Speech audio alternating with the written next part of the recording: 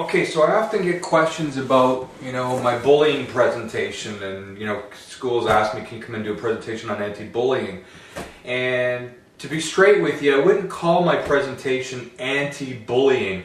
Really what happens is I deal with, in the keynote presentation, I talk about and emphasize, if that's what you're interested in, more parts of my story that deal with how I became a bully, how I was bullied, and what I believe the root cause of how I decided that I was going to become a bully as one way to escape my low self-esteem and pain. So I get to the decisions that I made and the beliefs that I created as a kid that caused me to feel that I was inferior to other kids, and the type of things that I did to bully other people. And then I still talk about the other habits, compulsions, and addictions that were also created out of my core beliefs about myself. So really it's my own personal story of a number of destructive habits that I got involved in, and one of them was needing to put other people down, needing to bully people, needing to be stronger than people, and how other kids did that to me.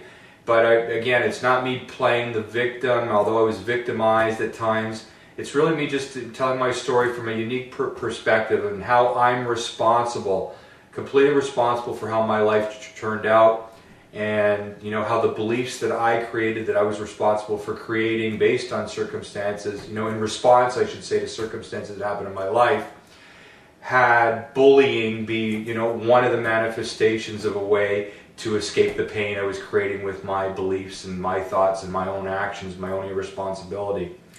So what ends up happening is at the end of that keynote presentation, once again, some kids, after hearing my story, self-identify and say, you know what, I've got some bad habits of my own. And particularly we get bullies that actually come to the program because they want to learn how to replace their habit of putting people down with more healthy habits and feeling part of a community, and being a part of something where they don't feel inferior, where they feel like they're equals, where they feel like they belong, where they can get to take responsibility for developing new healthy habits of thinking, of action, of health, nutrition, all kinds, like a whole lifestyle. It's the Healthy Habits Club. And, that's my story on bullying, okay? So it's not an anti-bullying prevention. I don't get into, all the scare tactics and all that stuff. And not that there's anything wrong with those kind of anti-bullying presentations. My goodness, it's all valuable. But I just want to be completely straight with my presentation is a little bit different, and what is nice is that there's a follow-up component, so that if there's bullies in the audience that after hearing my story say, you know what, I want to change my behavior. I keep seeming to be putting people down and hurting people, and I see from Scott's story that there's some unresolved pain and anger issues maybe in me, and I'd like to learn a way to actually stop hurting people so much, because I don't really want to be hurting people, but it seems like I do it automatically.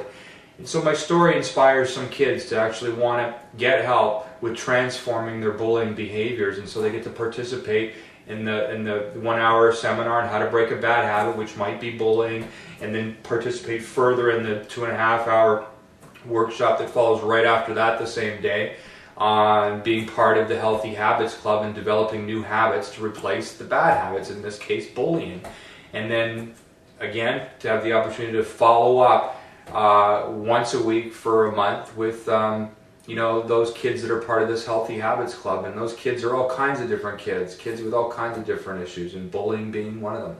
So that's my explanation of my bullying presentation.